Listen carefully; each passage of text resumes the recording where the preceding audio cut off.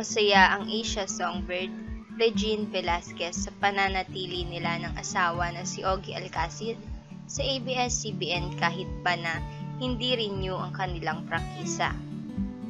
Oo. Saan ba kami pupunta?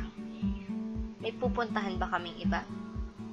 Saad ni Regine sa panayam sa kanya ni MJ Felipe. Nakapanayam ito nito lamang December 20 sa backstage ng ABS-CBN 2020 Christmas Special sa Araneta Coliseum kung saan nakasama nila ang ibang artists. That is so special, syempre.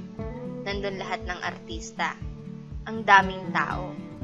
Special na special talaga yon.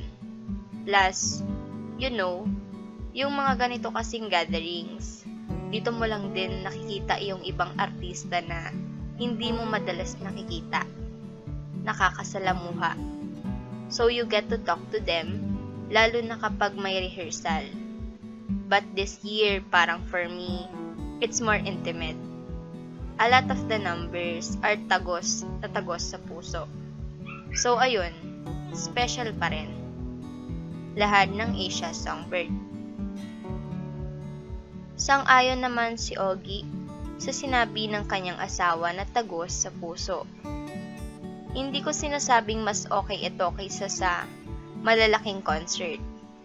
It's just that I guess, it's also the year that has been.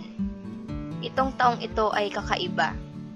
Not only because of the pandemic, but because of what we all went through. Saad naman ni Ogie. So, everyone's kind of emotional, I think. Dagdag naman ni Regine. It's all kapamilya's way of saying thank you for staying with us. Sabi pa ni Ogie.